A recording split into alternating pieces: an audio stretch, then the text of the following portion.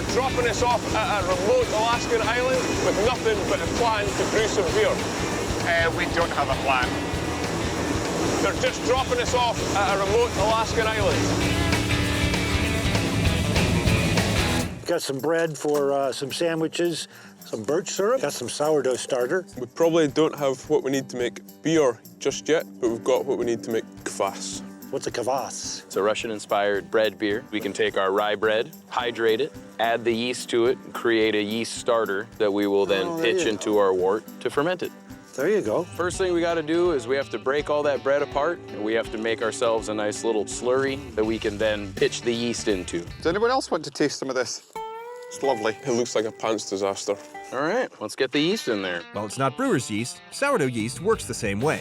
It eats sugars and converts them into alcohol. So now we've got the yeast going, we need to get the other bits and pieces lined up. First ingredient, brewing water. Steve has been crafting a makeshift container to collect the water as the glacial ice melts.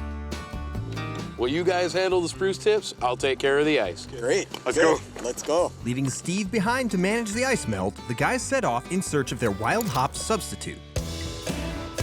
There are no hops in the Alaskan wilderness. But luckily for us, there are spruce tips. The tips are these little bits, these little buds right on the end. Try some. Oh, they're interesting. It's got a little hint of maybe lemon peel or something. It smells actually quite resinous, quite piney in there as well. I can't wait to get these into the beer and see what flavors they impart in the boil. Yeah. Let's go. Let's get this pure glacial ice in there. We can make them smaller. Right, we're going to have to heat this up. Firstly, to melt the ice and then get it up to mashing temperature. Okay. Okay. All right. Let's lower down. I think 10 minutes, it should all be melted. Maybe another 20 minutes to get it up to the perfect strike temperature. So we've got the Pilsner malt that's going to be the backbone of what we're doing here. But we've also got some rye in there, going to give it a bit of earthy spiciness and tie it into the starter that we built for the yeast. Martin and myself have made beers in some pretty unusual ways, but I've never mashed in the float of a seaplane using the skeleton of what might be a goat. What Dave has done, he's got a really clever system where we can mash in at the top, and at the bottom there's a space to feed in hot logs, which means it'll hold our temperature at 150 for the whole of the mash rest. Steve, I think that's stirred in about as well as it can be given what I'm using. We get SPARGE by pushing hot water from the hot liquor tank into the mash tun and then gravity feed the kettle. Steve, grab the whatever that is. It's our spout. It's just about long enough. It's leaking a little bit and it's quite hot. Oh my goodness. We're open here and we're getting nothing coming out. Try and lift this up a little bit. How's that? You getting some flow now? There's more than nothing coming out of here. We're getting too much malt going into the kettle, so I'm going to have to use my sock as a filter. Who'd have thought that brewing a beer using discarded seaplane parts would cause problems? How we doing? That didn't do anything. We're not flowing.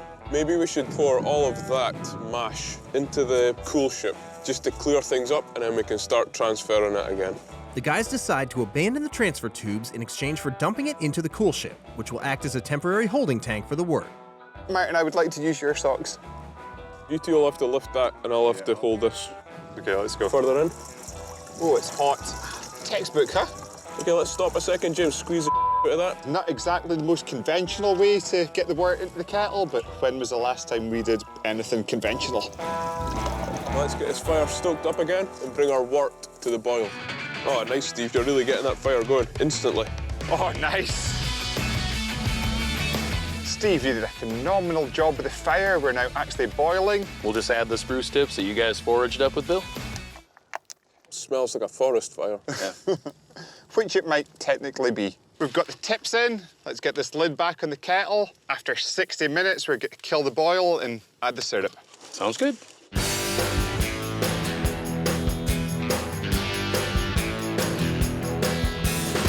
So we've got such an amazing boil going just now. We managed to filter most of the malt out with a sock, but you can actually see some malt kernels just bubbling up in the foam. And Martin's fell over with excitement.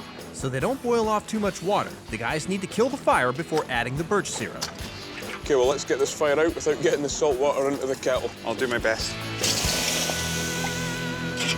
It's a fun way to end the boil, huh? Absolutely, that was cool. Great, so now we can get this amazing birch sap syrup. So gorgeous. It's that deep mahogany, kind of golden colour. And it's also going to give us a sugar source, which is going to help the yeast get started in the fermentation. So as soon as we've got all the water into the coolship, I'll take it out into the ice-cold sea and chill it down. All right. We're getting that sweetness for the Pilsner malt, some of the underlying spiciness for the rye, but also some of the piney lemon flavours for the tips that we added in there too. Ooh, watch your legs. Nice. Just whatever you do, don't trip. It's boiling water. I know, and I've got these gloves on, but even through the gloves, it's very hot.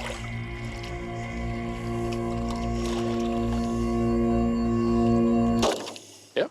All we need is somewhere around room temperature, and the yeast will take right off from there.